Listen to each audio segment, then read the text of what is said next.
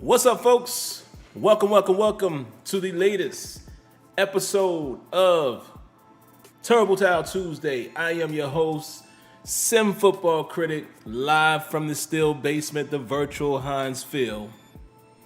And it's time to get at it. You guys know tonight is for you guys. It's for the callers. I'm going to try to get through my stuff as fast as I can. I say that each and every week, but I would be doing you guys a disservice if I didn't actually make that happen. So I'm going to try to run through my stuff quick, and the phone lines are wide open. I want SteelerNation to call in tonight and react to the current state of the Steelers. There's my camera tripping again, so for now, every now and then you guys are going to see me adjust the light. But yeah, welcome. That's what we're going to talk about, all right? And of course, let's do what we always do. Let's say hello to the early commenters first and foremost. So let's get on over here into the chat section. We're going to say what's up to Mr. Fleetwood, Mo Swagger, Rajon 39, Jared Devil, Verducci Man, Mr. Winningham. How you doing this evening, sir? Drama Seidel, excuse me. Lydell Dorsey Jr. Hello, Miss Destiny. How you doing tonight? Hope you are doing well. Laquan Lighty, Miss Lanisha. Hello, Miss Lanisha. Hope you're doing well tonight. How are you doing? Bless Highly Favor. Who else we got up in here? Y Diggy, Rig Still, C. Antoine Hill, The Real Missy. Hello, Miss Lady. How you doing tonight? Got the ladies out early tonight, so everybody make sure you say your proper hellos to the ladies. Welcome them as we always do. After High School Show. I like that name. Football Mind 02, my brother Kenyon in the building, like always, Joshua Shields, and let's keep going for a little bit and then we'll get right to it. Real G Lee, Brian Shaw, Andre Romero, what's up, man? What's up, Real Facts? Matt loves the Most High, amen. What's up to you? And then we'll start it off right there. We'll kick it going. Get it going. Jay Underrated. That's one that just popped in. What's going on to you as well? So all right, let's get it, man. Let's start with, and I got a bunch of notes here. The injury report. Zach Banner is working to get himself back. That's what Mike Tomlin told us. We'll see what happens. You know, he's in that 21-day period coming off of IR. He's really the only one that we heard about. We haven't heard anything about Anthony McFarland. I'm going to be honest, you know, right now it's starting to feel like Anthony McFarland could be just a non-story of what may have been. And who knows? We'll see what happens next season. And maybe he does come back at some point this season and we're able to work him into the fold. Not that I want him to take too many things away from Najee, but I would like to see him as an off-pace type of back, and you know, rather than a Benny Snell, and honestly, even rather than a Kalen Ballage. Not that I have any ill will towards Kalen Ballage, but you know, Najee is a power guy and a guy that can make people miss. You know what you get from him, but then Kalen Ballage would just be like the ground and pound type of guy, so to speak. Benny Snell also like that, but more of a thumper. So Anthony McFarland to me is the change of pace back that I would rather see in this offense, but I don't know if it's ever going to happen. So again, taking note of that he only talked about Zach Banner. Didn't hear him say anything about anyone else on IR, so that's interesting. Chooks, he'll be working this week as well. You know he was on concussion protocol last week, and honestly, I think Joe Haig, did what he had to do. I think Haig played relatively well. He might have been one of the better offensive linemen across the board as I watched the game a few more times. Chase Claypool will also work this week. We'll see, the famous let his participation be the God. So we'll see what happens there. And also some new in-game injuries, man, that we need to pay attention to. Cam Sutton has a growing injury. That is interesting. And it's interesting because of the depth and how the rotation may go if he's unable to go. And we all have already seen this season when guys have a growing, it seems like it at least holds them out for 1 week. So we might be looking at a situation where there's no Cam Sutton. And like I said, we'll have to see what that means for the rotation of guys, who will be the guy et cetera, et cetera. And Cam Sutton, man, Cam played all right, Sunday, but he, wasn't great by any means. I don't think any of the games so far have I felt like Cam Sutton has been great. I think maybe in the Bills game he played relatively well in that game. But other than that, Cam Sutton has kind of been kind of so-so. And I'm just being honest. Dotson and Ben Roethlisberger both have some type of hip situation. Tomlin did say after the game, not today, but he said after the game he referenced Dotson's hip injury as a flexor. Today he just said Dotson and Ben both are dealing with some type of hip injury, so let's keep an eye on that. Because again, man, we can't afford to get any thinner at offensive line. A couple things I wanted to point out, man, before I get into my timestamps for you guys.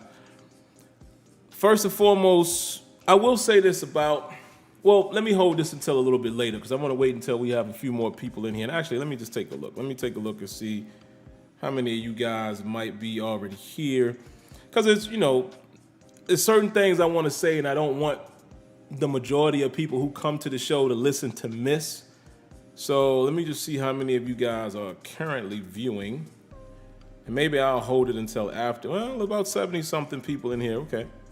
Okay, so maybe I'll go ahead and mention it.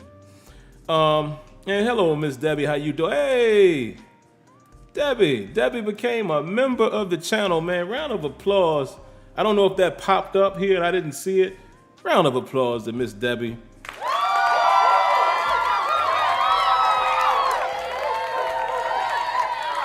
Thank you so much, Debbie. I really, really, really appreciate that. I really appreciate the rest of you guys who have become members. That information is in the description if anybody's interested. And listen, you're going to get private content. I already have some out, and I plan to do the same for this game. The All 22 now actually doesn't come out until Wednesday. I can't get it until tomorrow anyway, but you guys know the situation with the All 22. But I did a test run last week, so for you guys who are members, you can go back. I did about a 23-minute video where I'm just looking at plays and kind of showing you what was really going on. And, just to provide some additional content to you guys, who have donated not only your time, but also your monthly funds to be a member of the channel outside of just being a subscriber. And other stuff will come too. Like I said, I'm going to start doing streams and stuff like that, even on the gaming side, just definitely give you guys some more value. But, if you're here for the Steelers, like Debbie just said there, ride or die, appreciate that. If you're here for that, then I will continue to do, or start to do, which I started last week, custom content for members only, to definitely, give you something for you giving something to me. Let's get into it, man. Offensive line. Let me talk about the offensive line. I'll go ahead and say it now because I'll probably reference it again later in the show. The offensive line didn't play as bad in this game. They didn't. Did they give Ben all of the time in the world? No. Did Ben get a lot of sacks? No. Did he get hit a few times? Less than he did in previous games. But if you look at it from a perspective of this, I know it's hard to do this, guys, because all of us as fans, we're in the moment. But if you look at it from newly built offensive line, how do they do week by week? I would have to say they didn't perform as bad this week. Still not great. Still things that they need to work on, particularly Kendrick Green, man. Man, I posted a video on Twitter, man. You guys can go check it out, man, if you want. Oh, man, look at this. Look. Why Diggy? Round of applause to Why Diggy, man.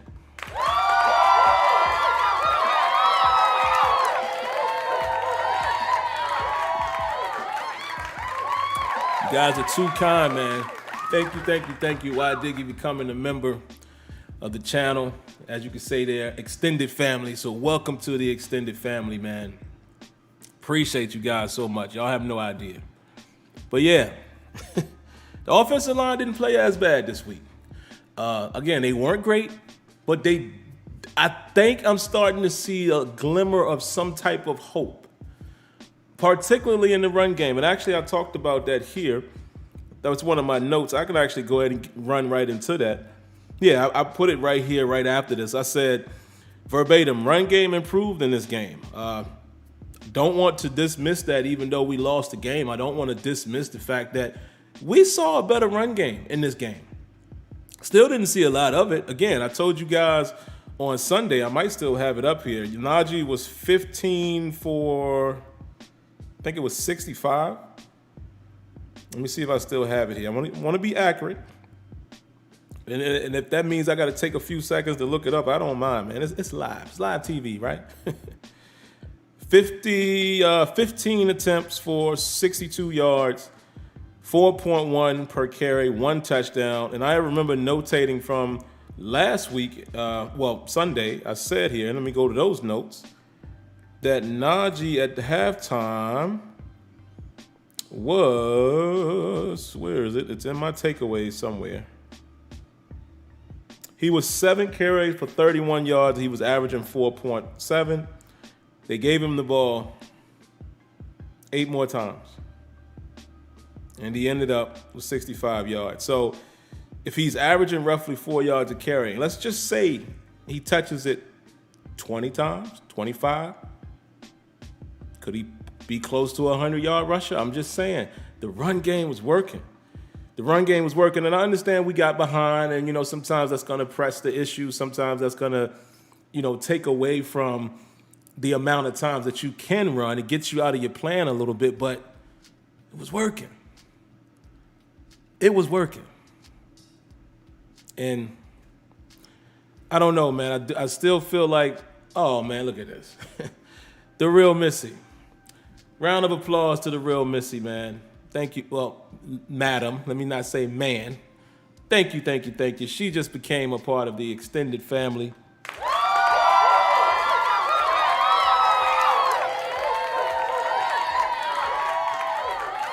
I tell you, man, y'all are really showing me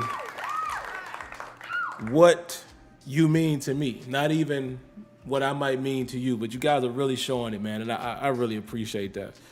Let's get back to it, man. Where was I? The run game. Listen, I still feel like they back off of it too soon. I've been saying it for the last 2 weeks, right? Not, excluding Sunday. I've been saying it for the last 2 weeks, and maybe it was hard to agree then because the final results weren't that good. But I could go out on a limb and say in this Packers game, I think you can kind of agree with what I'm saying more so than before because the proof is right there. 15 for 62, that's not that bad considering, think about the amount of runs that you saw him get positive yards. And there was like 3 to 4 runs where he got really positive yards. I'm talking 10 plus yards. And without penalties. Even on that first drive, that nice run that he had, found that crease, cut it to the right, and it's starting to come around. It's not quite there yet, but once the offensive line grows, whether that means the guys that we have now or whether we're talking about next year or whatever, whoever you acquire or whoever you draft, Najee Harris is going to be a serious problem. Serious problem. And I still see people questioning why you draft him. Everyone's opinion is welcome to it. It's yours. We can debate, should a first-round guy, be a running back. We can debate that until the cows come home. But now that this guy's on our team and seeing what he's able to do, I have no problem with taking that type of talent where we took him. That's just me. But anyway, I think the run game improved, man. I don't want to dismiss that, in the wake of a loss. But, yeah, I think they did. They improved, and I'm, interested in seeing where that might go. Arthur Marlette, and I said this, I believe, on Sunday, but he seems to be the guy that the Steelers bring in when they're anticipating run, but still wanting to either blitz or have a guy that's a more sure tackler. And is that an indictment on Cam Sutton? Because remember, we did the same thing with Mike Hilton in terms of him helping in the run game. And again, Mike Hilton was a blitzer. We haven't quite gotten home with that, and even when Marlette or if Trey Norwood does it, it's it's not really giving you the same situation. But I've noticed when we think a run is coming and we're still in a nickel package, we got more of that in there. If we're anticipating more of a pass, we are rotating situations where either Trey Norwood is at the nickel or Cam Sutton is playing nickel. So just wanted to throw that out there, man. We're doing a lot of rotating, trying to get the best matchup at nickel instead of having a solidified guy that just plays it all the time. Steelers are going to need to tighten up their run defense against the Broncos. I will go back and I probably will watch. I'm going to go back and watch some of their winning games. Maybe I might watch the one before the Ravens game because I want to see what they've done to be successful. I don't want to watch a game where the Ravens were able to handle them because then it's going to kind of be, skewed. I won't be able to tell where their weapons are, what they like to do because, if you're seeing the Ravens shut it down, it doesn't really do me any good. I want to go see where they were successful. So I might watch the previous week's game and just see, what we're going to have to watch out for. But we're definitely going to have to tighten up the running game. Two-headed monster. I'm not liking what I'm seeing out of the Steelers' run defense so far. It's not like we've given up huge yards, but we've given up chunk yards. And you just don't want that. Even if a guy doesn't rush for 100 yards, if he's able to chunk you a couple times, flips the field, keeps the chains moving, we got to limit that. And it's going to happen from time to time. Of course, it's the NFL, but you got to limit that. Next up I have here, Teddy Bridgewater is in the concussion protocol. That is interesting. Teddy does not play, then it gets interesting. And I'll honestly say I don't remember who's on their staff. Is that guy we play? Who did we play against last year? What's his name? It wasn't Drew Lock because Lock got hurt. What was the dude? Drexler or something like that? Come on, somebody remind me. I'm going to hold tight until somebody puts it in the chat. Who was the guy that we played against last year after we hurt Lock? What was this kid's name? Is it Drexler or something like that? Or Driscoll. Thank you, Andre. Appreciate that. Driscoll. So is he still on the team? I don't know who their number 2 is. Or is Drew Lock still there? I don't know. I honestly don't. I have not paid attention. I'm assuming Drew Lock is still on the roster. Is he? Drew Lock is the backup. All right, thanks, Wide Dicky. All right, so there you have it. So we faced off against him last year, so we kind of know what he brings to the table. You would think he hasn't improved much if Teddy overtook him in training camp, and Teddy has been playing well. So that's going to be interesting. Keep an eye on that injury to see who we're going to face. And then I also put here, man, just a side note, Simmons will spook Ben from throwing the ball in the middle of the field. He already is not doing it, but when you have very capable safeties back there, I hope we're not getting into situations again where all we're doing is throwing the ball outside the numbers and not trying to work the middle of the field, not trying to find guys like Freiermuth or even working Juju in the middle of the field. And speaking of Freiermuth, I'm going to talk about that here in a moment. So those are just my quick notations, man. So now let me get to my timestamps, and after that, the phone lines are wide open. All right, so I'm just going to talk about the miscues, man. And we all know from watching the game, so it's not a bunch of them, just a couple. And I actually have some screenshots to go along with some of these things. 1 minute and 55 seconds in the first quarter. Minkah Fitzpatrick unable to come up with that interception. That's a missed opportunity there. The missed opportunity. No, I am not throwing Minkah in the trash. So he didn't catch it. Okay, it is what it is.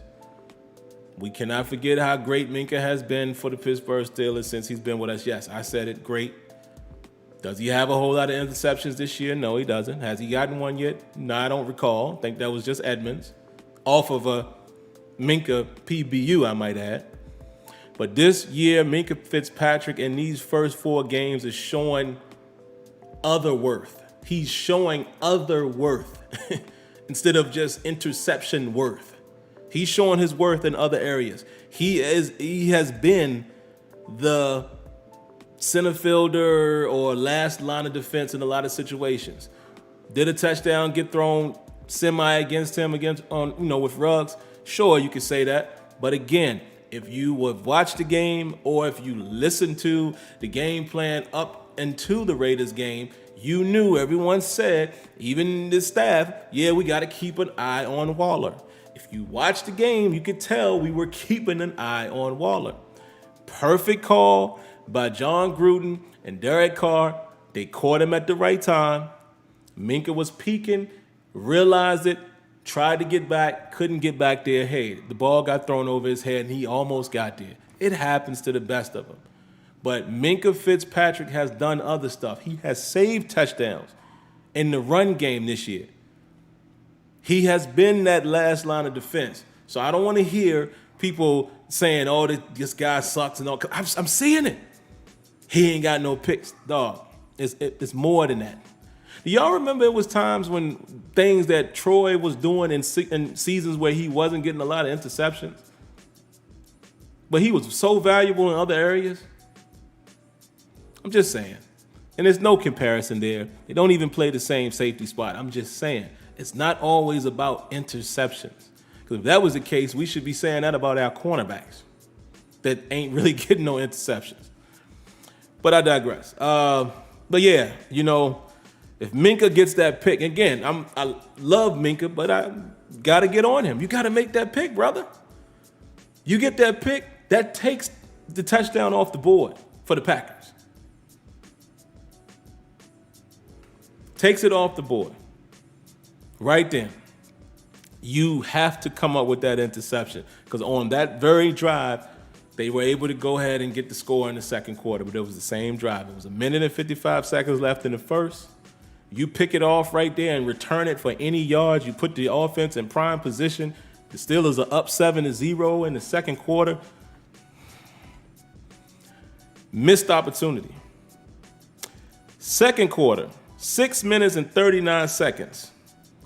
Ben Roethlisberger misses Juju up the seam. We all know this, but let me bring up Exhibit A. Boom. I want to show you guys this because I saw some people online that was trying to say whose fault is it. Juju took the blame, and hopefully petty NFL ain't gonna have nothing to say about this picture. We'll see. So I'm gonna say this now, if for some reason the NFL has something to say about this segment of the show will be cut out. I'll see you on the other side of this segment. But anyway, there was some talk after the game. Juju put the blame on him. Ben put the blame on himself. There was some talk on Twitter. Whose fault was it? Should Juju have caught it? Should Ben have made the perfect throw? Could Juju have flattened out more and went further towards the sideline? I even, shout outs to Alex Kazor, salute. I even saw Alex Kazor, and he wasn't defending it. He said, listen, this isn't an excuse. He said, but Ben may have thought that Juju was going to go further away from the safety. Fair assessment, right? However, where I would disagree with what Ben may have thought, do you guys see where Juju is right here? You see where Juju is at? The ball is still in his hand. Ball is still in his hand. So my point is, you already see that he's open. So you put that ball on a rope. You hit him. You don't have to throw him towards the sideline away from the safety because he's already open. So you don't have to throw him open. Do y'all understand what I'm saying? This is not an anticipation throw. Juju already has, about 2 yards on him. Ben still has the ball in his hand. So I can't agree with, where he thought Juju was going here. Maybe, but you don't have to make that throw. You just hit him in stride. This is one of these. This is one of these, and Juju is doing the old school dance in the end zone, baby. You can't miss that throw, Ben. So like I said, I just wanted to give a visual to some of you guys. So whichever way of the argument you fall on, that's on you. I'm just saying. Ball is still in your hand. You ain't even got to wait. You like, he's open. Bada. Hit him in stride. That is 6 of them things. Just that simple. Just that simple. All right. Let's keep it moving.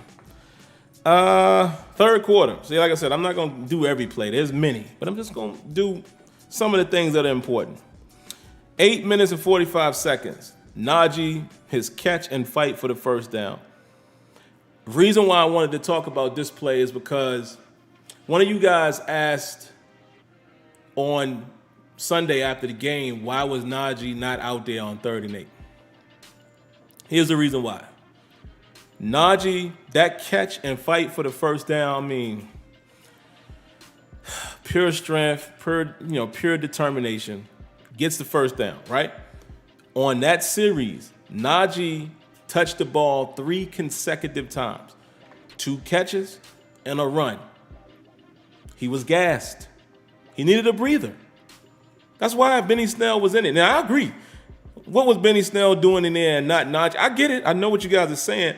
But remember, I said immediately on the show on Sunday, he might have been winded. You know what? You see stars in every game you watch. The Sunday night game, Monday night, and guys make a play or they unable to make the catch and they, telling a guy to come in for them because they need to take a breather. Keenan Allen did it last night. It's not unusual, right? And this was 3 in a row, 3 consecutive plays, and he's fighting and to get in the first. He needed a breather. So unfortunately, he was unable to get back in there a down or 2 later. So that's the reason why. But anyway, I wanted to acknowledge that about Najee, man. And I wonder how you guys feel. How did you guys take the comment that Ben made saying that, he has to remind Najee that he's a big guy, take on some of the contact, hey, I played with Jerome Bettis. What did you guys make of that? I definitely don't think Ben was taking a jab, but I'm a little confused because my eyes don't see that he's shied away from contact or he doesn't invite it or, that mean stiff arm. And so I'm curious to know where that comment came from. I'm just curious. Again, I'm not blaming Ben for saying it. I'm just wondering. I don't know. And again, it could be innocent, but I wonder how you guys felt about that because I'm not seeing the lack of him not, you know what I mean? And like my man Pino P says, it could just be a motivational thing. Like I said, I'm not pulling the passive aggressive thing this time with Ben. I don't think he meant anything by it. I just was kind of like, that's interesting. You know what I mean? Next up, 17 minutes and 17 seconds, 3rd quarter. Yes, once again, missed opportunity. Now this one, Ben just clearly missed this one too. There's no safety back here, folks. Look, Ben still has the ball. Juju has a step. Juju already has the inside leverage. So if you watch this play, he's already going inside. Ben just misses him. Can't miss this. You can't miss this because these are the ones, and again, people do miss, but you even say this about the best quarterbacks. You can't miss these layups, dog. Layup opportunities. Juju might be off and running, and that's on Stokes. He might be off and running, and I know a lot of people, that's still going to be, pretty far to get to the end zone, but let's not forget, this boy got 2 97-yard touchdowns. I think Juju gets to the end zone here if he catches this in stride. He's probably going to push, stiff arm him. If not, it's deep into their territory. But again, missed opportunity, man. We just cannot miss these opportunities. But yeah, all right. Next up, 2 minutes and 50 seconds left in the 3rd quarter. Which one was this? Oh, I didn't get a screenshot of this one, but this one was the out and up to Deontay Johnson. He ran kind of like of a wheel, and then he turned it up. And remember, Deontay had to go back like this to try to catch it way over his head. So again, that's another miss by Roethlisberger. Would have been a first down. You just cannot miss these opportunities, Ben. And speaking of Deontay Johnson, I said it on Sunday, and I'm going to say it again after watching the film. The boy had the first down on that 3rd and 4. Y'all remember that one? He had it. And shout outs to Alex Kazor, man, or Steelers Depot. One of them, they're all one and the same. But one of them posted this still shot. He's literally standing on the first down yard line. Like, he's there. He's literally there. And he bounces it back and tries to run around. Concentration, man. Kenyon says it all the time. If Deontay Johnson ever gets his head on and concentration together, he could be a force. But that was a clear first down. Another missed opportunity. And here's the last one we'll talk about. 2 minutes and 40 seconds left. I think this was the fourth quarter or the third. I think it was the third. I can't remember. I think it was the third. I don't even think I put anything down for the fourth quarter. Because at this point, I was just frustrated. 2 minutes and 40 seconds. Ben throws the ball behind the line of scrimmage. Actually, this might have been the fourth quarter. Because I'm just trying to remember which way we were going, which side of the field we were on.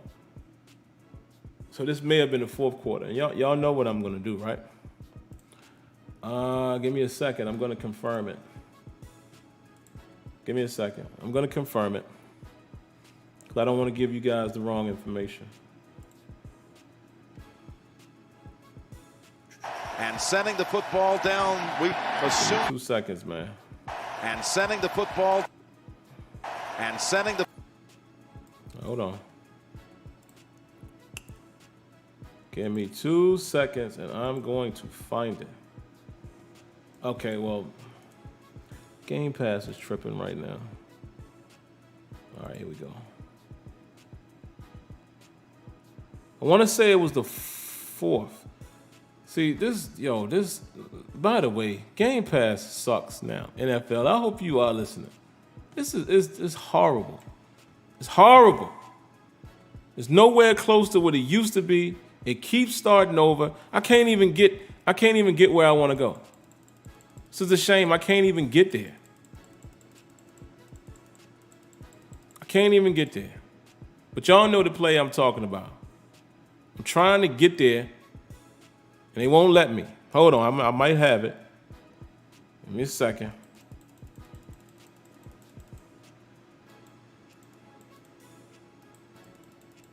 It was the third. It was the third quarter. Yeah, it looks like it was the third quarter. I think it's this drive right here.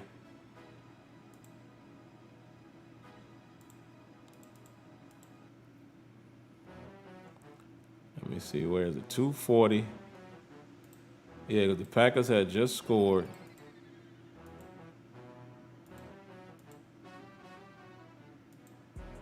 I got 2:40 here for some. Yeah, I think here it is. Here it is. Yep. 2 minutes and 40 seconds left in the third quarter. 4th and 4. I'm looking at the play right now. So, since I can't show it to you guys, I can definitely show you this. Here's a screenshot. Y'all see this? I'll wait. I talked about it on Sunday. Guys, it's in Ben's head right now. And I don't know if it's trying to protect himself, which is fair. If he doesn't feel like he has time, it's fair. I get it. I don't know if it's that. I don't know if he's gun shy. I don't know if the defense is fooling him. I don't know. But if you guys would recall this play, he checks it down immediately to Najee. Not, oh, let me survey. Nobody there? Check down. No. It's height, throw. Look where Najee Harris is. He's behind the line of scrimmage. But look at Freiermuth. Me and Kenyon and Tony, we text each other during the game saying, yo, Muth was wide open. And let me tell you, watching this game again, and I can't wait till I see the all-22 version. And the members will probably see this stuff because that's what I'm going to do. I'm going to go back and I'll more than likely show these plays so we can look at them together. He's wide open. He's at the sticks, folks. This is crazy. This is crazy, man. And how many times already in 4 games have we seen the quick check down immediately? Like Bernie Mac would say, rest in peace. Immediately. He's doing it immediately. Not immediate. Immediately. You got to say it crazy. Because that's how crazy this is. Look at Moof. Moof is wide open. Wide. All right, and one honorable mention here, man, and then I'm going to open the phone calls up, man. I'm sick of seeing this. I want you guys to explain to me what's happening here. Remember I said on Sunday, there are way too many times now that we get linebackers lined up against wide receivers. It's going to happen depending on formation. I get it, because, we've been able to do that too against other teams. But it seems like teams always trap us in it, right? And I like the formation when we put TJ out there, Highsmith out there, and Ingram in certain situations against certain personnel. Remember that was it last year? One of them years, I think it was last year, yeah. Remember when we did that and Highsmith got the pick on Lamar? Cool. But with Lamar Jackson and his Ravens, the personnel matchup makes more sense. Not this. And here's the kicker. On this play, it's not even 3. Listen, it's Highsmith is here. I don't know if you guys can see my cursor, but if you can, great. But Highsmith, and if you can't see the cursor, I'll just visually explain it to you. It's on that 2nd and 10. That 2nd and 10 little graphic there, that's the Devontae Adams. Highsmith is in front of him. You have Schobert and you have Devin Bush, which cool, nickel, more than likely. But guys, guess who's on the outside rushing? That's Wormley and TJ. Ingram ain't even out there. And maybe he was taking a breather. But, yo, what in the world did the Packers catch us in? Highsmith is in coverage. TJ is rushing the passer. And Wormley is rushing the pass on the outside. So it just goes to show you how they caught us in the worst of the worst. And again, I don't know until I see the all 22 who all is out there. I don't know if it's 2 tight ends, but I know down here at the bottom that Joe Hayden is guarding. That is, it's Aaron Jones. This was that big pass, that clean pass to Aaron Jones, and he picked up about 30 yards. This is that one. I mean, when he was wide open, y'all remember that? It's this play. I just want to know. I want to know, why did they catch us in this? I'm curious. So I can't wait till I can see their personnel so I can see, okay, maybe they were trying to match, big for big. Maybe it's 2 tight ends out there. And, Aaron Rodgers did what he was supposed to do. I would like to see us do it more. Have eligibles that can catch. I'd like to see us do that with Ebron and Freiermuth, even though Ebron hasn't caught everything this year. But let's make people do this, play big, and we spread them out. You put the running back out, you got 2, I think maybe it might be 2 tight ends here, but either way, even if you're caught in that, why wouldn't we switch off here? I see other teams do that. I see other teams say, oh, no. We're going to put Joe Hayden inside. And, you just have to run the linebacker out there and hope he can do what he can do against the back. Not saying it wouldn't work. I'm just saying this is automatically not a good thing. So what ends up happening here is Highsmith drops way back because he's trying to get some cushion because there's the Devontae Adams. Respect, you can't guard him. And then Joe Hayden goes drifting way back. And there's nobody in this center area. Quick slant to Aaron Jones, and it's just, man, oh man. This was a tough one to watch, guys. But I'll have more on that when we do the private video there. So at least I can show it to you guys without having to monetize. But yeah, man, let's get these phone calls in, man, because I want to hear what you guys have to say more so than just me. I have to remind y'all, though, y'all get very talkative on these calls. Y'all got to keep them short, man. Last week, I am not staying on here for 2 hours tonight. I'm not. This is the longer show, yes. This is the phone call show, yes. But you guys got to shorten it, man. Got to, because when we have a bunch of calls like last week, I got to get them all in.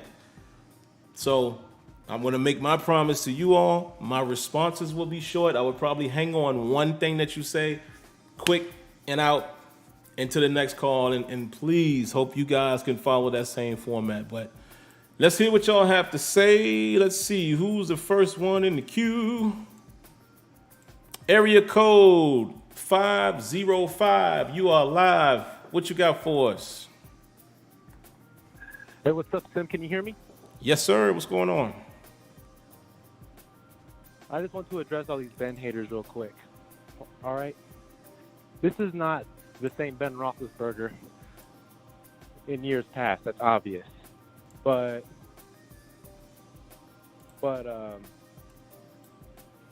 backup quarterbacks are no better. Who do you want, Whack-A-Mole in there? Whack-A-Mole Mason Rudolph?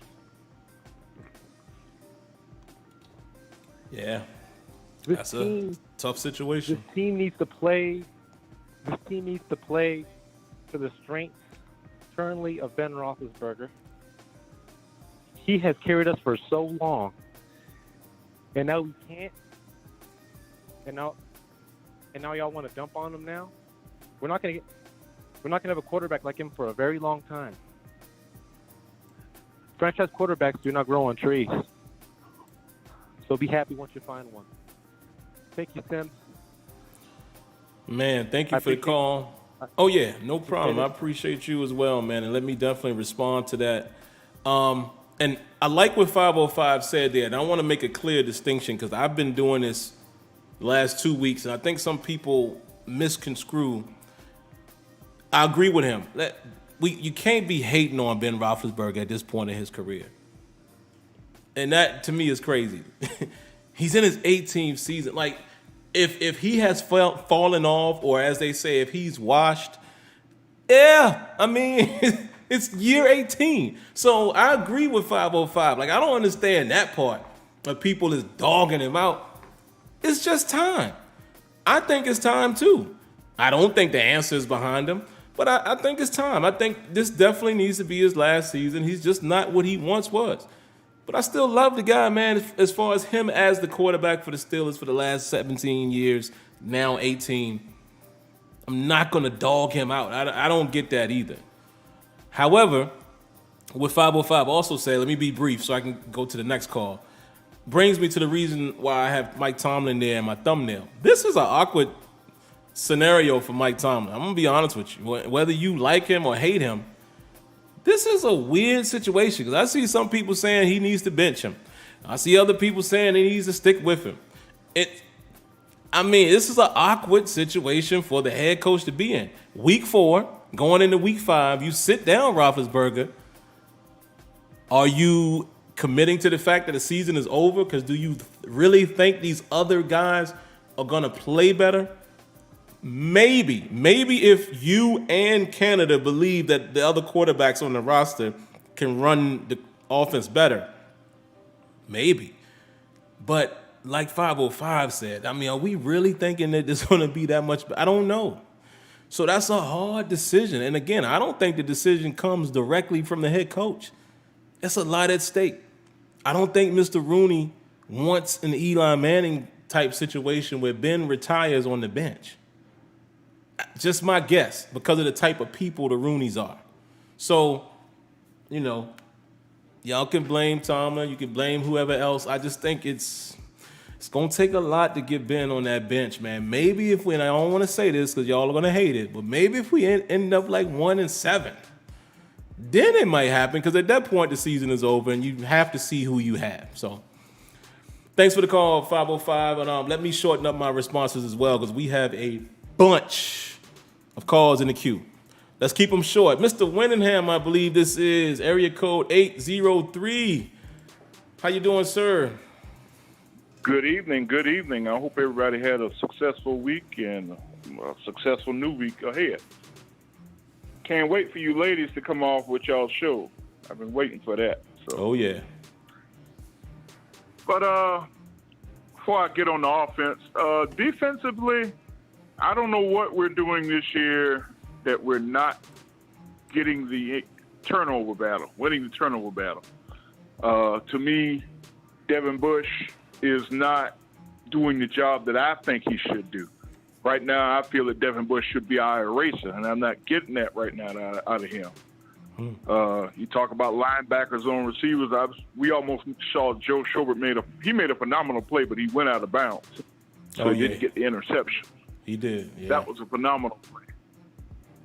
Besides the 2 touchdowns, I think that Ben overthrew Juju. At first, I was blaming Juju, but to sit there and think about it, Ben got to realize our guys are not 7 foot. Only Chase Claypool is 6'4", and then the tight ends. And leading to that, I feel that we should be working the middle of the field with those tight ends. I even seen Gentry make a catch Sunday. We got big tight ends that we could use for his blocking and getting Najee Harris in open space. That means work our screen game. I said that last week. I still believe it. Offensive line, I feel, is doing a pretty good job. Right now, they're molted. They're like lava right now. It's going to take, once they dry up, and over time, you will see the diamond. I don't know whether it's going to be this year or next year. One of my last points is, as far as Ben Roethlisberger, and you got Mike Tomlin on the thumbnail, at what point, and does Mike Tomlin have the power to bench Ben Roethlisberger? That's the problem thing we got to think about. Does he have that power? Will he be overridden if he says, well, let's bring in Mason or Haskins to kind of give the team a different look? Thank you so much. I hope everybody has a great week. See you next week. Thank you. Thank you, Mr. Winningham. Always bringing that wisdom on us. That is the question. Does he have? And again, we don't know. We're just asking. Like I said, I feel like the Rooneys don't want Eli Manning retiring, man. I just feel like that. Just kind of knowing how that family has operated. You know, we're fans. We also know the staff and the ownership and their philosophies, right? I just don't see it happening. Again, I feel like it's going to have to get to a point where the coaches and the ownership understands the season is over. And the reason why I say like maybe 1-7, because remember, there's an extra game this year. You know what I mean? You could end up, 10-7 and make the playoffs. See what I'm saying? So I think it's going to have to be where we've lost 8 games maybe before it happens. But I don't know. Another point that Mr. Winningham said, and let me be brief, that I agree with. Get Najee in space, man. Y'all remember that play in the third quarter? Najee was starting to get it going again in the third quarter. Remember that little toss? And he had Juju, and it might have been, I believe that might have been Deontay in front of him. You know, let's get more of those plays. Like sometimes you got to move the line of scrimmage that way. You know, don't just keep going head on when guys like Kendrick Green and oh boy, I posted a small video on Twitter. Every single game, that boy getting pushed to his haunches. Every game. Gotta find a way to get stronger, man. That's gonna be his Achilles heel. All right, moving on. Area code 202. What you got for us? Yes, this is JB from the DMV. What's going on, JB? How you doing? Fine, man. I understand that you live in the 804, but I'm gonna be real quick. I was born there. I don't live there, but I was born there. Yeah. Yeah, I live in Chesterfield County. I know what you're talking about. Okay, gotcha. Basically, what I'm going to do is just let you know I have all the answers to a lot of your questions. I'm not trying to be boastful about it, but the last time I called, it was back in off season. So a lot of information that I attained, because I'm a Steeler enthusiast, not a Steeler fan. I retired the fan base title because I look at things a little bit more objectively. 505 area code said, don't hate on Ben. But I got facts. Okay, facts go back 4 years ago. The reason why Ben is playing the way he's playing is because he's been pacified so long that nothing he does, he's accountable for. So now you have to be accountable for. Your character cannot be something that is at a question, right? You're running out of excuses. You're running out of lies. You're garbage right now, okay? That's the way you're playing. Those misses, okay, is typical because he did that to Antonio Brown, and Antonio Brown had a lot of situations where he was taking it out on it. But he couldn't do that because Ben was feeding him. But at the same time, Ben historically has missed a lot of wide open receivers in his time. You see, he didn't have that to backlash him back then. Now everybody sees it. National media sees it. Okay? So the issue that I have is Ben has never been taking accountability for the bonehead things he's done. That's not hating. That's just giving the truth. So if I'm going to get bashed for telling the truth, then bring it on. All right? I've been watching Ben his whole career. I know his bad habits. I know his strengths. And I know what the things he does. Okay? 4 or 5 interceptions. He has a ton of those. Now Ben should be respectful and bow out easy. Okay? You're cursing the franchise if you remain there and you know you're not going to get it done. Okay? You're not Brady. All right? I'll be more respectful to you if you just bow out easy. Okay? We know the season is over. We're not going to get it done. And Tomlin press conference said he give us the best chance to win. And I say he give us the best chance to be miserable. That's a whole different story. So the season is done. I don't have any faith. He just showed me too much. It's hard to watch. Secondly, to the answer to the question that you asked, the president of the Rooney said that Ben is welcome as long as he want to stay. So that's your answer for as far as is he going to retire. Yep. If he retires when he wants to retire. So he may do a Brady at 40. Okay, even though he doesn't give our franchise a brand new start. So he can be here as long as he wants to. So that's why they're not going to bench him. But to me, Ben will be more respectful, gets bowing out. That's the facts. Thanks for taking my call. Hey, man, thank you for calling. And let me just preface it by saying this. I see a lot of people in the chat, saying you're being hard on Ben. And look, listen, like I told you guys, I'm not going to challenge anyone's opinion. But in everyone's opinion, there's truth somewhere in there. Where I will agree with 202, because I can't say I agree or disagree because this is his opinion based on what he sees. So that's fair, you know what I mean?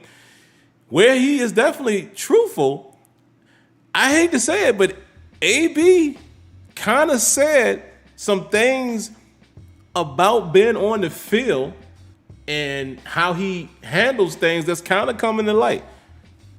That's not saying that I'm hating Ben.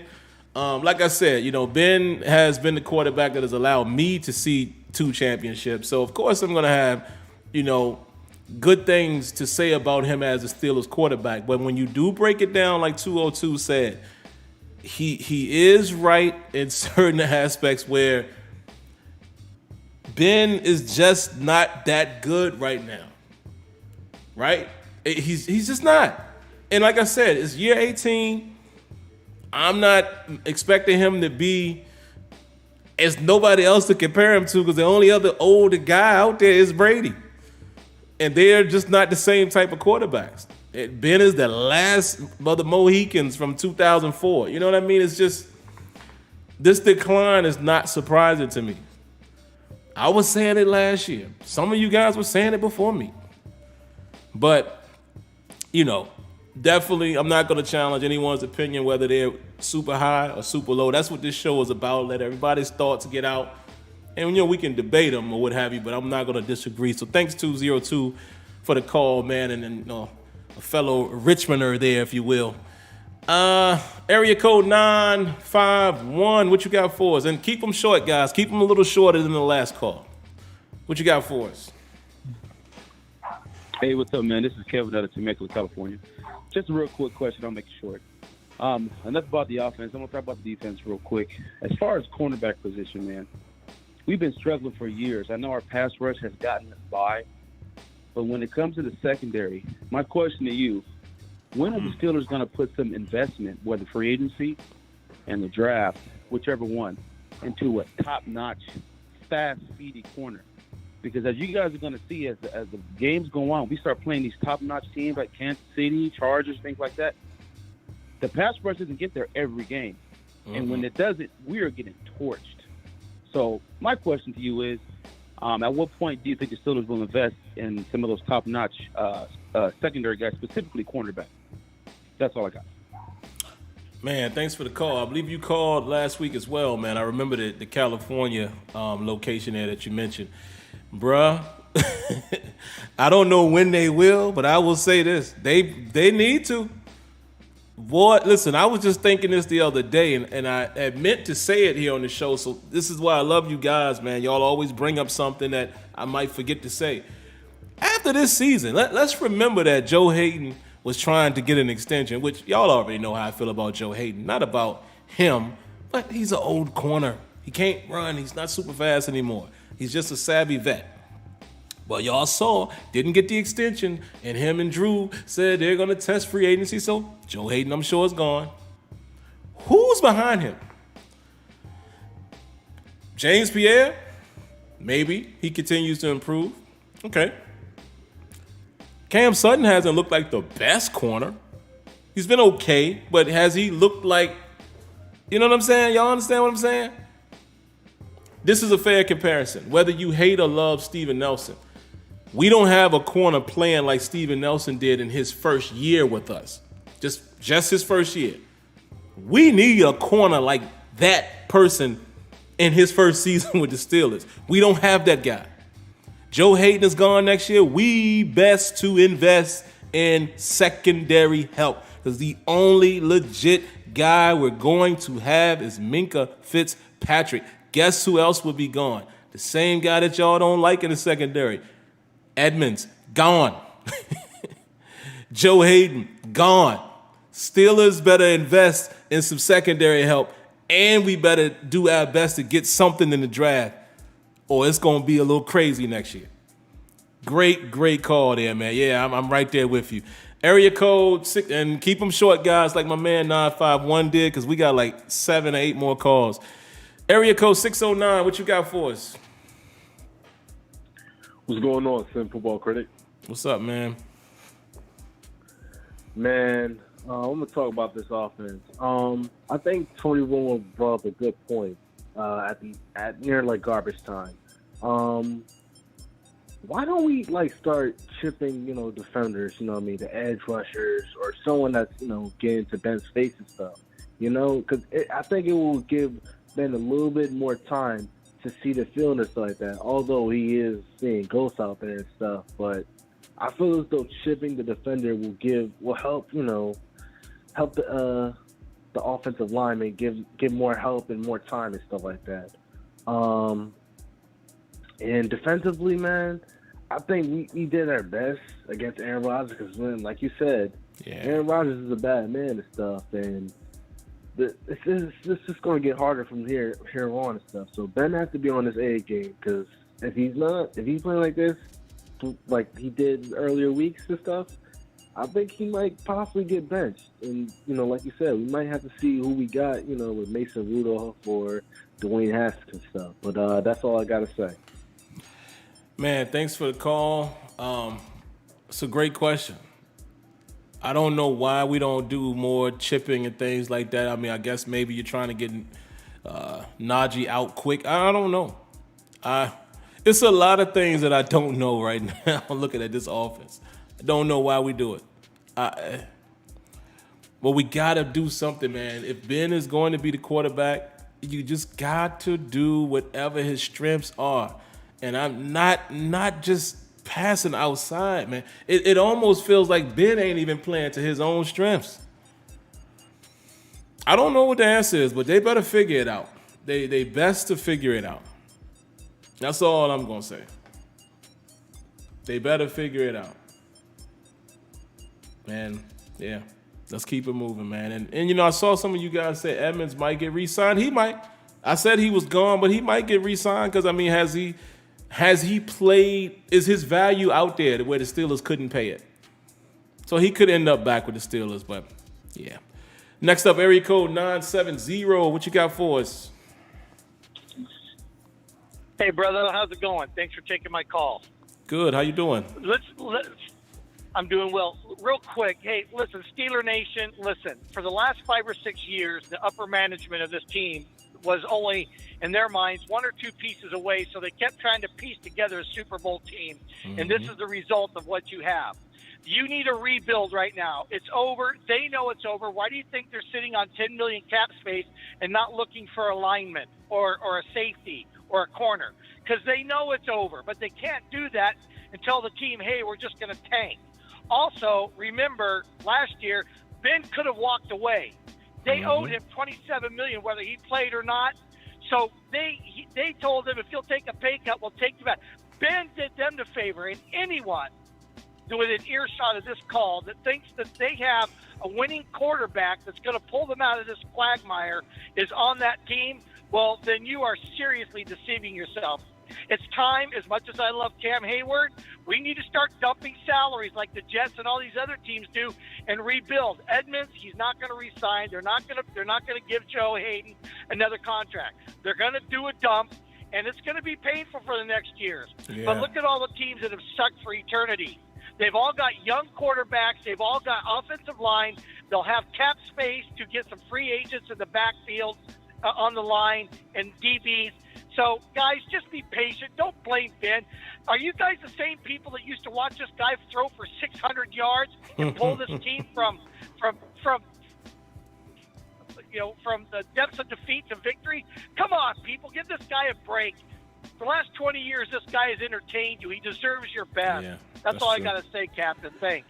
Man, you know what? You earned a round of applause. Great call there, brother. Wow. Round of applause, man.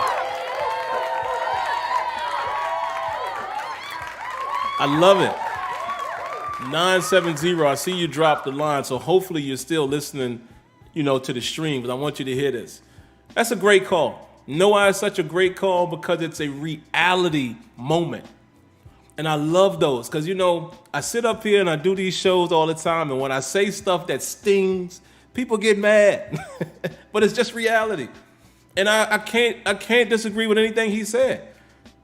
And I've been saying the same thing. I keep saying, look, I'm not hating on Ben. It's just he's done. That's all. I still salute him, but the time has come, like my man said, he is absolutely right. They kept saying it. Colbert kept saying it. We feel like we have a team that can, and we get a piece here, a piece. And listen, to give Colbert credit, he's been aggressive with some of the things that the Steelers don't normally do. But you're right, man. This is a result of maybe not approaching it the best way and hanging on to the guy as long as you have. And listen, business is tough, man. Sometimes you got to make the cutthroat decisions. And what you said about Cam Hayward is interesting because I saw Kenyon earlier in the chat say that maybe Tuitt is a guy that might be on the trading block next year. And I think you guys are kind of speaking the same language there. The only difficulty, though, is a guy like Cam Hayward is kind of going to fall into that Ben Roethlisberger fold of you're probably going to let Cam retire a Steeler. And it's the Steeler way, I know, but my man is absolutely right. So it's rebuild time, folks. He's right. There's no quarterback on the roster right now that we're going to go to the Super Bowl with. So we got to face the facts, man. Area code 937. What you got for us? What's up, man? It's Marlon from Dayton.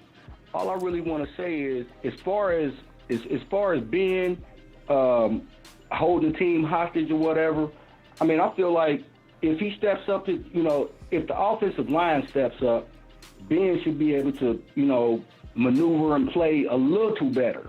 You know what I'm saying? But as far as how the team is being ran, Colbert went out, like I said last week, he went out and stocked up heavily on the defense, but did not address the offensive line when he knew that we had a 39-year-old quarterback coming in. That the lack of them, not investing in the offensive line, it just shows that we are in a rebuild mode and they're not being truthful with the fan base. It reeks of rebuild. We stink, and they're not doing anything about it. Oh, we're going to get better. We're going to get better week in and week out. But it's getting better a little bit, but it's not getting better to produce wins. And that's what the game is about, is wins. Absolutely, man. Marlon hit it right there on the head, man. Appreciate your call, and I'm definitely going to comment on that. You're right, because I'm saying the same thing, too. If, let's say the running game is decent to solid, Ben can still win us football games. I'll go as far as saying this. If we have a balanced offense, Ben might be able to win a championship. That's a small might, though, because Ben's age has caught up in terms of if pressure comes, right? He can't avoid it the same way he used to. He holds the ball a little bit longer. He's getting hit a lot more because this is an improving, so to speak, or a rebuilt offensive line that's not going to be great early. So it's a lot of other challenges outside of the offense just being balanced. And I just don't think it's going to be hard for Ben to pull it off, but he can still win. He can make enough plays if there's a balanced offense to still win football games. But we're seeing it, man. When he's asked to throw the ball 40 or more times, we're not going to be successful anymore. We just don't have that guy on the roster anymore, and that is no disrespect to him. 39 years old, will be 40 soon. You know what I'm saying? So, it is what it is, man. Area code 313, what you got for us? Hey, what's going on? This is your boy Duke from Detroit. Just calling in and say hey to SteelerNation. And my comment is, the Steelers and Ben is, yes, they're at the crossroads. I watched the devastating quarterback drought between Bradshaw and Ben. Even though we had Cordell Stewart, Neil O'Donnell was all right. You had Kent Graham. I can go down the line. I don't watch them all, Bubby Brister and all.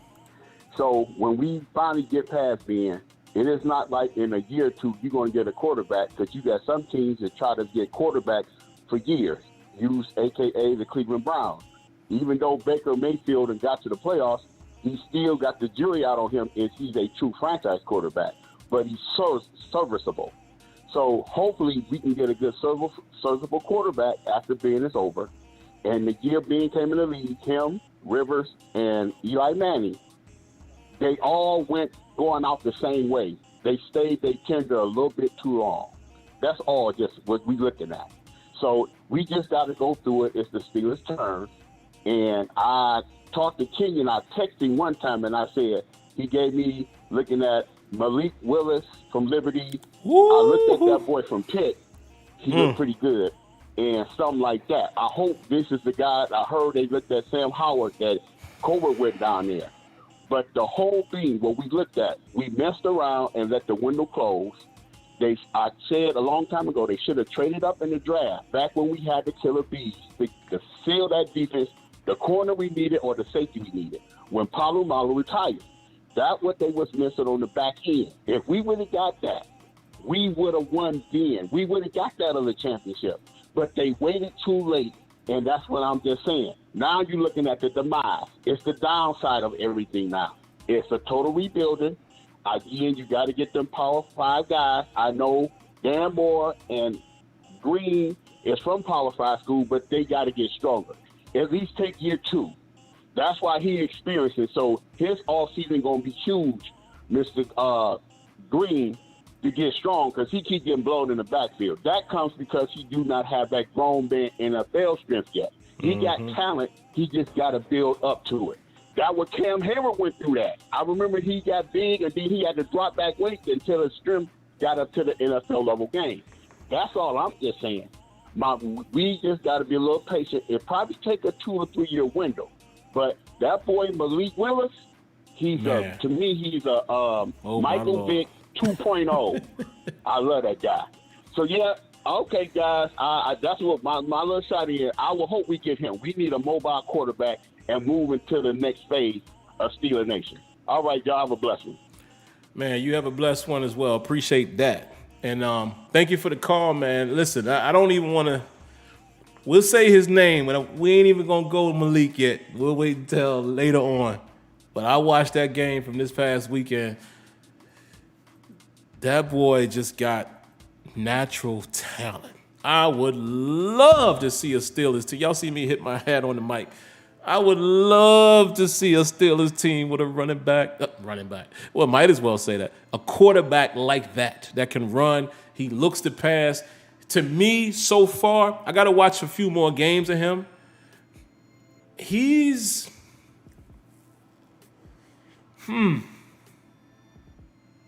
It's interesting, man, because he looks to pass down the field like Russell, but he takes off and runs more than Russell. There's design runs for him like Lamar. We'll talk about that another time. But thank you for the call, man. And yeah, we got to be patient, and we just got to understand this. It's unfortunately it's our time again that we're going through this. And I saw in the chat some of you guys are saying that Jalen Smith got released by the Cowboys. Wow, I need to get some information on that. What was that about? What did he do? That just seems, out the blue. Is he not performing? Interesting. Next caller, area code 718. What you got for us? Yo, what's up, Sim? Jack Barrow from the chat. Yes, sir. What's going on, man? This caller kind of got into what I wanted to speak about, but if we're going to rebuild, the Jets got 2 first-rounders, a third, and a player for Jamal Adams. Maybe we save the cap space. If we're not going to win, why pay Minka all this money and we can possibly get a few more picks and help with this rebuild? Or possibly even take some of those picks, trade up and get the quarterback we want. And again, it saves us a lot of money on cap space so we can go sign some free agents.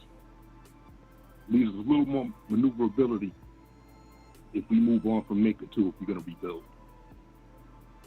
Even with TJ, when he was holding out, I was thinking, shit, we might get 3 first-rounders for him and save that cap space. Because if we're not going to win, I don't see the reason to spend a whole lot of money on one player, a superstar player. You do that if you have a championship caliber team, not in a rebuild. It's kind of all I got to say on that one. Talk to you next week, brother. Yes, sir. Appreciate the call. That's a tough one. I'll let the chat chime in on that one. I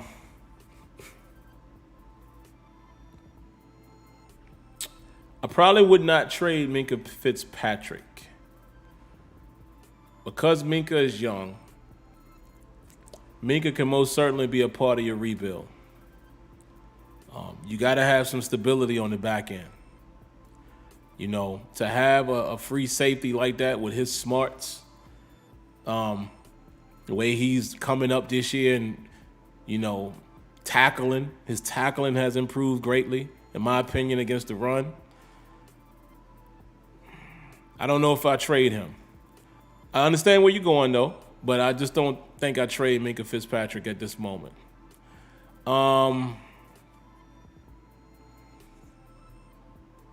Like I said, that there's no right or wrong answer there. I just don't think I would, because I would at least keep a solid semi-veteran. I say semi because he's not old. You got to keep somebody like that. You got to. If you build your future with 2 guys that are solidified. You have a solidified edge rusher in T.J. Watt, and you have a solidified, in my opinion, free safety in a Minka Fitzpatrick. And then everything else you build around that. We still got to see what Devin Bush is going to end up being. I think I'm really starting to like Joe Schobert a little more, man. Joe Schobert had a nice game in that game, man. He gave up a catch, but he showed me his value in the pass game in that game. But I don't know if I do that with Minka. All right, let's grab a few more calls, guys. We only got 12 minutes left. We have 3 calls. I need these calls to be in and out. Please do that. Area code 651. What you got for us? Hey, what's up, Steve? Hey, what's going on, man? Not much. So I think one of the things people are forgetting is everything's hand in hand. If you look back to the Raiders game and then every game going forward, Ben missed a lot of open downfield passes, right? So if I'm a defense and I see this on tape, I'm not taking him serious throwing the ball. So what am I going to do? I'm going to stack the box. Yeah. Take everything short. So now, if we don't score, what happens later in the game? They pin their ears back on the young offensive line that we got, and they beat them up. So it's like it's all hand in hand. So you can't just say, oh, the defense is playing bad, where the type of attacking defense we have, you can't keep them on the field all game either. Yeah. So it's all hand in hand. If we can fix more things, everything else is going to fall in place. It's not a boom and gloom season if we can fix certain things. Then we got to take advantage of those shots that he got.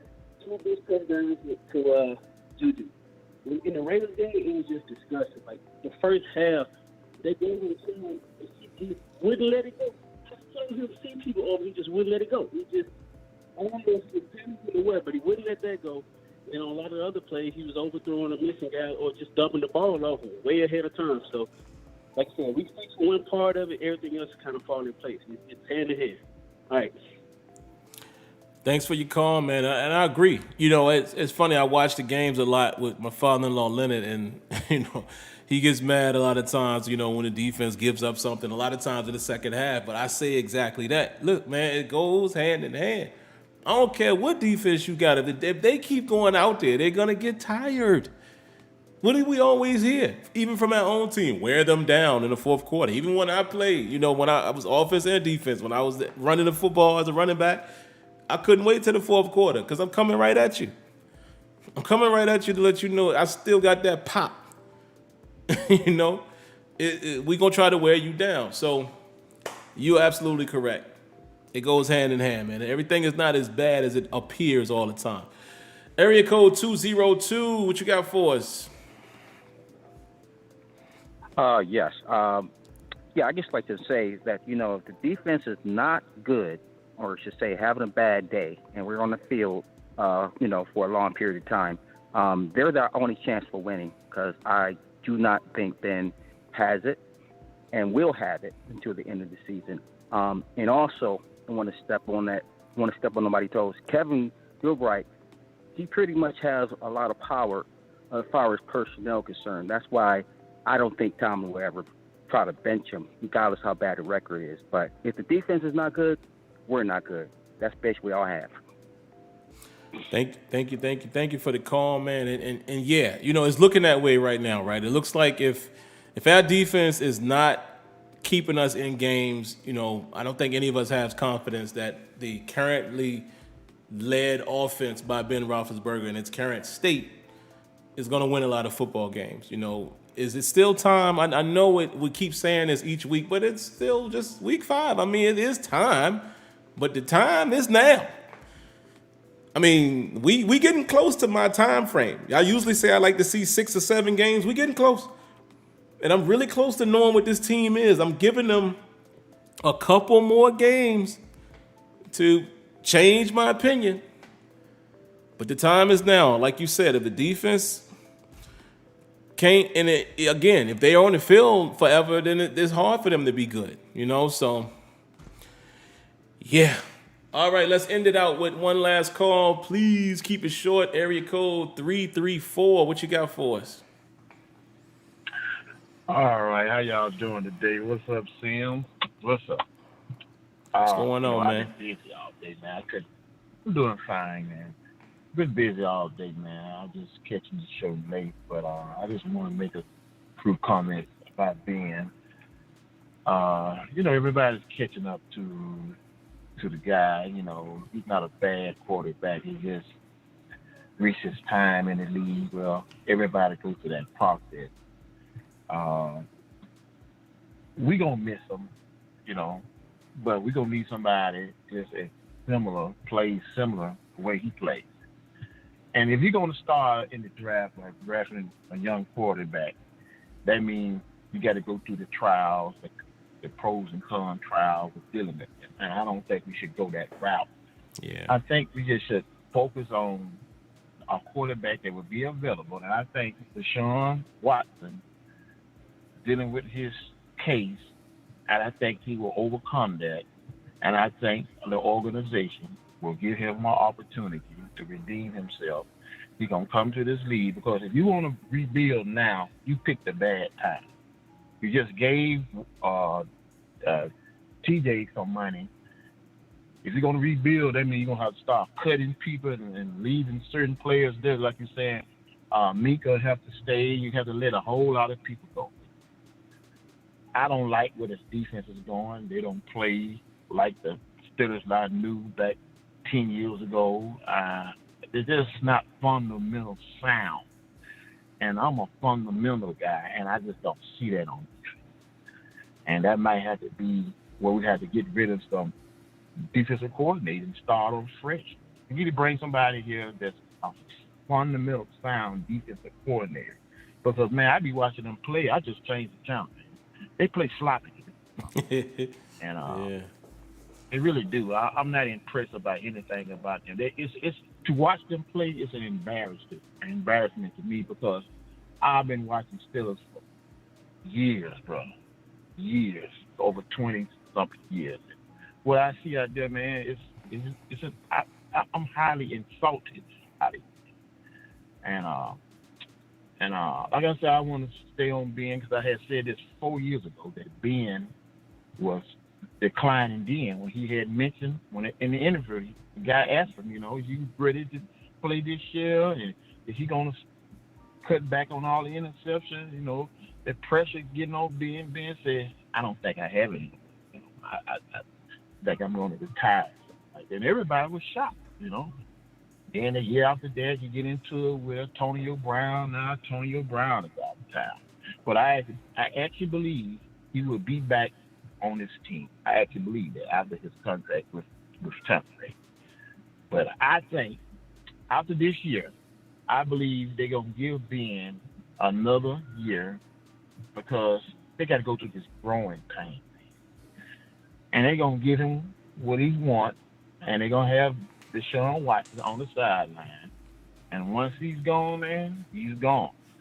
And I just hate to see this end like it ended with Antonio Brown and Ben. I wish they would get back together because we missed that, man. Here's a great receiver. Tom Brady is not going to throw to Antonio Brown like Ben would do it. And not to see that man go out there and catch a touchdown and put on a dance, that's something been missed in the league. Ain't nobody can do it better than Antonio Brown. And I just hope that they can resolve their difference and come back. And that's all I have to say, man. We just got to stay strong, stay focused, and look towards the future because I can't watch it, man. I'm just sorry. I'll just call in and give my points if they lost, look at some highlights. And I just can't sit in front of my television and watch that. They're just me. They're just me personally. So I thank you for the time. And, hey, let's move on. 2022, Pittsburgh Steelers. Wow. Yes, sir. And thank you for the call. And first thing I'm going to say is foul on the plate. Foul on the plate. Let me take off my headphones. When y'all tell me that y'all cut the TV off and y'all don't watch, foul on the plate. You got to hang in there, even when it's bad. You a fan. How you going to learn about the rest of the team, the guys who might come in when we losing? How you going to really know what's really wrong? Don't be a highlight watcher. Flag on the plate. I've even gotten on personal friends sometimes that Steelers fans have said, man, I cut the... No, you better not. I know you want to, yeah. And I definitely never can, because how am I going to come report on it? Flag on the plate. Foul on the plate. Second thing, man, y'all... The last caller will always get more time, but y'all gotta shorten these calls, man. Don't make me mute you. Y'all gonna make me get to a point where I literally have a timer and I just mute right in the middle of you talking, because we gotta get through it. We gotta get through it. That was a bunch of calls. Some of y'all did great tonight, but come on, man, shorten it up. And the third thing, 334, I love when you call, because you always have some wow, like, thoughts and opinions and combinations that I love. It be left field sometimes, and I love it. I love it. Like, I don't know. It was so much that you said there that I was like, huh? I mean, Antonio Brown is still playing good ball in Tampa. I mean, he caught a touchdown in the Super Bowl. I mean, I don't know, man. The Deshaun Watson thing, we ain't touching that with a 10-foot pole. 90 seconds. However, and there you guys just heard Blog Talk, so I'm just letting y'all know now, I'm about to cut off Blog Talk. I will still be continuing the stream for about 5 more minutes, but let me go ahead and exit out of Blog Talk. Give me a second, so she doesn't have to scream Thank you for at us. using Blog Talk Radio. Goodbye. There she go talking. All right, so, but yeah, man, excuse me. A lot of stuff, a lot of just different things that my man always brings to the table that's a little different from what everyone else is saying. And I love it. Like I said, I love everyone's opinion, but it be some stuff, man. And Deshaun Watson, I mean, listen, if he gets cleared of everything, I'd be the first in line to try to get him. Steelers would behoove you to go get him if this thing clears up. That's a proven quarterback that's still young that can ball. But until then, no. And giving Ben another year, they ain't no. Now, I don't think they do that, but no. I would be hot. Growing pains? No. Ain't no more growing pains left for Ben. He's year 18. What we going to try to grow with you for with the up-and-coming team? Again, that ain't kicking him out the door, but he's had his career and his time. Like, no. This is the last season. And I don't want Ben to get hurt. I'm going to be honest with you. I don't want him to get hurt. And the hits that he's taking right now, I don't know.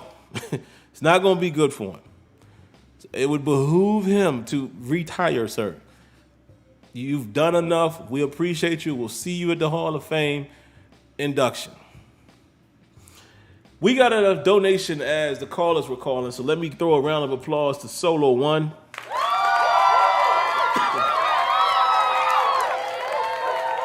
Thank you for that, Solo One. Solo One says, speaking of TJ Watt, do you think maybe he bulked up too much? I feel like he lost some agility.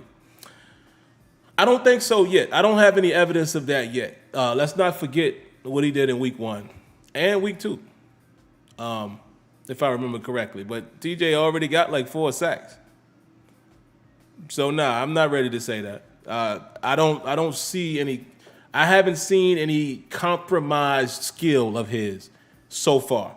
Not saying that it's not the case. What you might be seeing with your eyes could be correct.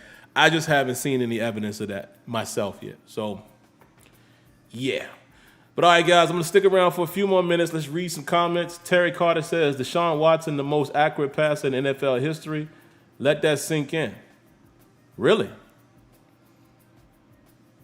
Is that a fact or is that opinion? I like Deshaun Watson. I really do.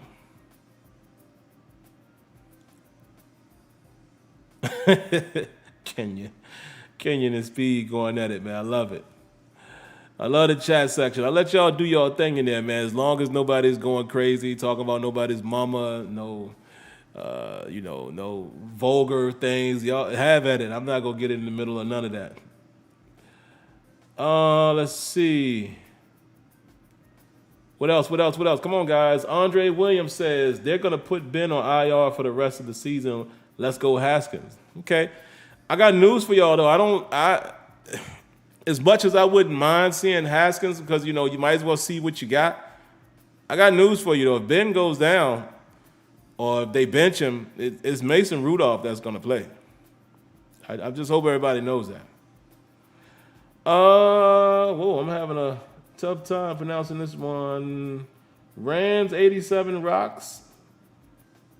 Rans 87 IROC Z. I hope I'm getting that correct. He says Ben been through a lot. I got to give him that bike accident busted him up. Yeah, I mean that was years ago though. So I don't know if you're saying that's related to what's going on now, but yeah, that was years ago. The Real Deal says, I know TJ didn't mean to trip Rodgers. Yeah, I think he got away with one. I ain't mad at it.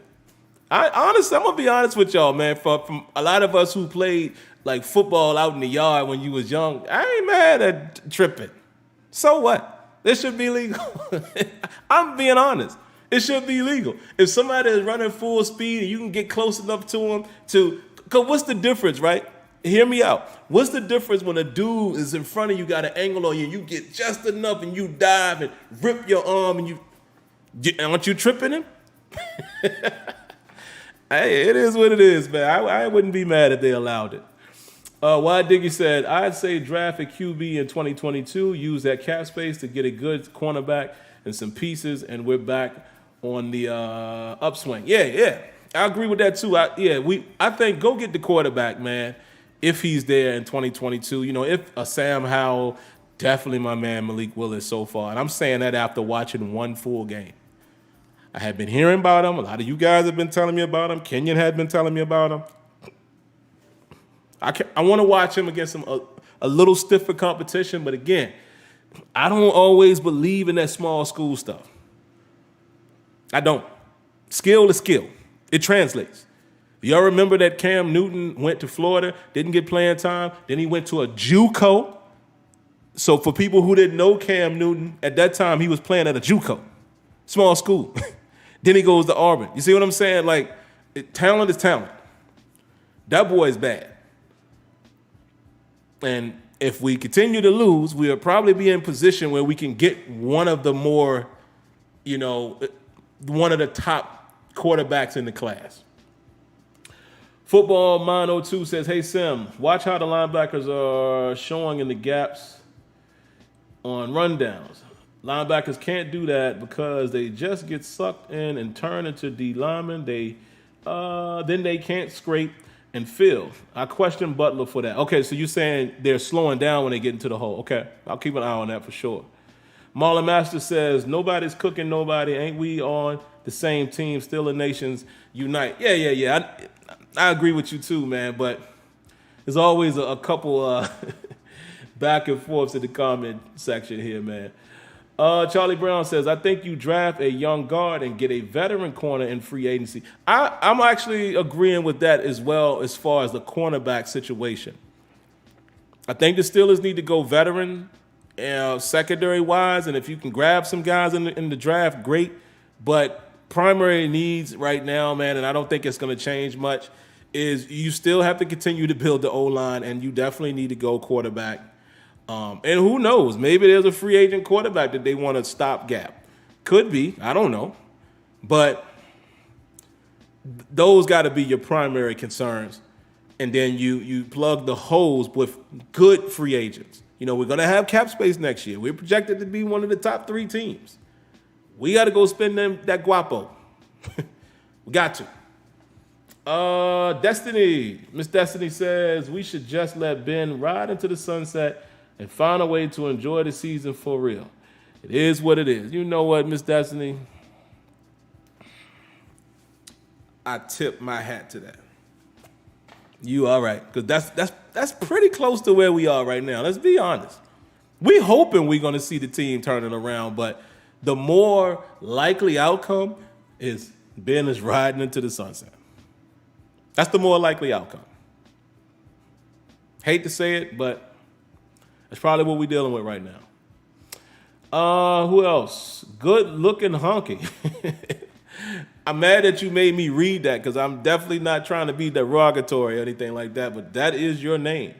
But you know what? I'm not even going to read your comment because every time you come in here, and I remember you always referencing some porn stars or something. What's up with you, man? I'm going to read. Look what this dude says. I'd like to see Lexington Steel try out at MLB and Peter North at QB. Dog, I'm going to tell you right now. You know what's about to happen to you? You're getting blocked. What's up with you, fam? Like, seriously. You got to go. You have got to go. Matter of fact, let me get to the chat on my phone. And you got to go. Come on with that, man. What's the problem with you? I don't understand that. What are you doing? Let me find you. Let me find you because you about to get blocked. I'm gonna find you. I don't want to hold up everybody, but you got to go somewhere with that, man. This ain't the place for. There you go. There you go. Goodbye. See you later. Come on, man. Stop being ignorant. Just stop being ignorant. This ain't the place for that. I will not tolerate that. It was funny, but we ain't tolerating that, man. You know what I'm saying? Who wants to hear that when we over here talking football? All right, let's pick back up where we left off. It was funny, though. I'll give him that. Marlon Nicholson says Steelers just need to do a better job drafting cornerbacks, especially from the SEC schools, because the best DBs come from the South, and we haven't been getting a lot of those. Yeah, because even Artie Burns won from the SEC. You know, he was in the ACC, you know, even though he was in the South. Let's see what else y'all got, man. A couple more, and then I'm out of here. Brother Mark says, Marlon Nicholson, in response to that, Tomlin has a preference for drafting players from certain schools that he likes. Yeah, and again, we say Tomlin a lot, but we cannot lose the fact, guys, that this is a combination of Tomlin and Colbert and, you know, I'm sure upper management as well. So, but yeah, they do, and we know that. They like certain pedigree. We know that's their philosophy, so, you know, we'll see. But, you know, hey, they went and got Najee out of Alabama, and Alabama had traditionally been a school that they stayed away from early. So you never know. Kang Savani says, bench Ebron, start Pat. Ebron is very inconsistent and is by far our worst blocking tight end. Allow Pat to grow in this offense and get him the ball more. I definitely agree with allowing him to get the ball more. I wouldn't be opposed to having some two tight end sets as well. I wouldn't be opposed to that. And hello, Miss Elizabeth. Welcome. I don't think I've seen you before, but, you know, we give special shout-outs and welcomes to our female listeners. So hello, Miss Lady. Hope you're doing well. Peter Bell, is it worth it to plug in Haskins and see if there's anything there in the regular season? Help us decide whether or not we need to draft or trade for a quarterback. I think so. And again, I don't think it happens until the Steelers are like 1-7, 2-8. Something like that. I think the mathematical equation has to eliminate us from playoff contention before Ben Roethlisberger is benched. I feel that in my bones. However, let's remind you, Ben Roethlisberger is dealing with some type of injury this week. Could it possibly be this is a way that he doesn't play this week and we see one of the quarterbacks? Maybe. We'll see. But I'm telling you, Mason Rudolph is the guy. So for anybody who's thinking, it's Mason. It is. I'm telling you right now. Don't get your hopes up for Haskins. It would be Mason Rudolph. I really feel that way. You know, there's a depth chart order for a reason, especially with the Steelers. Dominic says they should have signed Filer and drafted an O-lineman instead of a tight end. I mean, you know, we could argue that. But again, when we get back to the draft, everybody's going to go back to what we all said. It's always based on who's on the board at the time. You know, because if the Steelers if you do it in reverse and they never would have gotten another tight end, then that would be what we'd be complaining about. So whether you agree or disagree with the Najee and Freiermuth picks and where they were picked, I don't disagree with those players being picked, if that makes sense. Because I think Freiermuth is going to be something. Clearly, Najee is going to be something. And then, you know, to say who we should have and shouldn't have drafted, I mean, I wonder if the Raiders are still happy with picking Leatherwood where they did. You know, it seems like every time I've watched a Raider game, he's getting penalties. So it's, you know, it's easy to say what should have happened after the fact. It's always easy to do that. That's why I never judge that. What I do is I look at the player that was drafted and decide, do I feel like that player has turned into something? Najee and Freiermuth are going to be some components of these Steelers for a while. This is my personal opinion, so I ain't mad at those picks. All right, give me one more, guys, and I swear I'm out of here.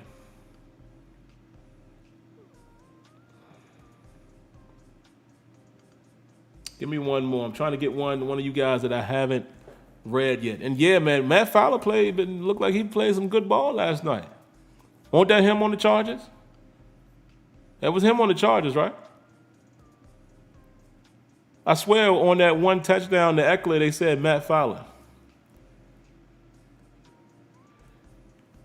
Trade for DK Metcalf. No disrespect, but that ain't the problem right now.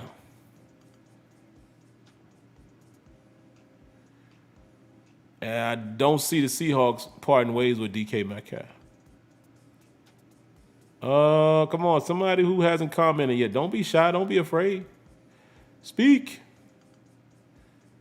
Okay, here's one, and his name is Yup. Remind me of that dude from Storage Wars. Yup. If y'all ever watched that. Who was his name? Dave, I think his name was. Yup says, why are these ex-Steeler players on winning teams? Why are all these give me a player. Give me a couple players' names, because that's not fair to say that. It's a whole bunch of ex-players from one team on other teams. So I think I know where you're going with that, but that's too much of a vague, you know what I mean?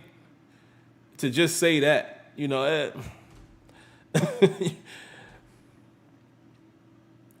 Oh, y'all watch Storage Wars, huh?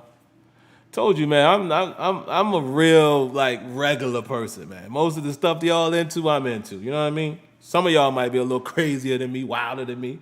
Maybe in some instances, I might have been wilder than y'all in my heyday. But for the most part, we all probably got a lot of the same general, just a regular guy. That's why I hate calling subscribers fans. I hate referring to you guys as fans. No, y'all just my people. You know what I mean? Connor. Yup. Hold on. See, I knew you was going to say that. James Conner, that's not a great comparison. Because look player for player, we definitely got a better running back. And that ain't no disrespect to James Conner, but also let's not forget how often, let me get closer to the mic. Let's not forget how often James Conner was unavailable. Your best ability is your availability. That's all. That's all.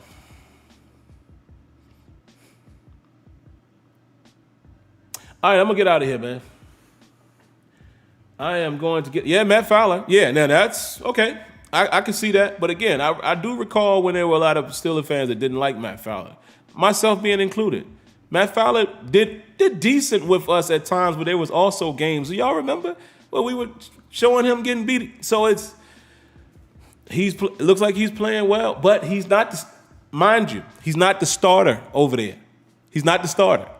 He was playing because of somebody else that got hurt. So it's always easy to say that.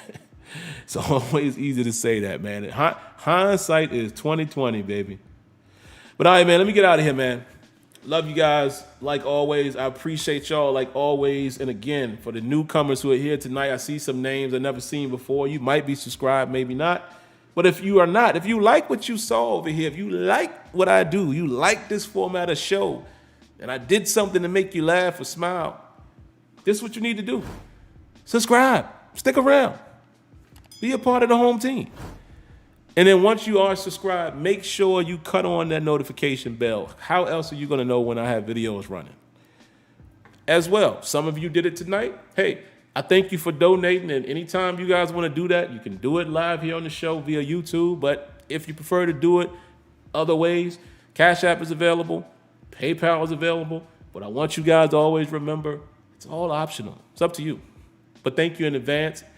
The information for those two services are in my description. Thank you, Elizabeth. Again, she did confirm that she is a female listener. So we thank you and we welcome you like we do with all of the lovely ladies. And speaking of the ladies, Deb, Destiny, Sade, who am I missing? Odessa. What's up?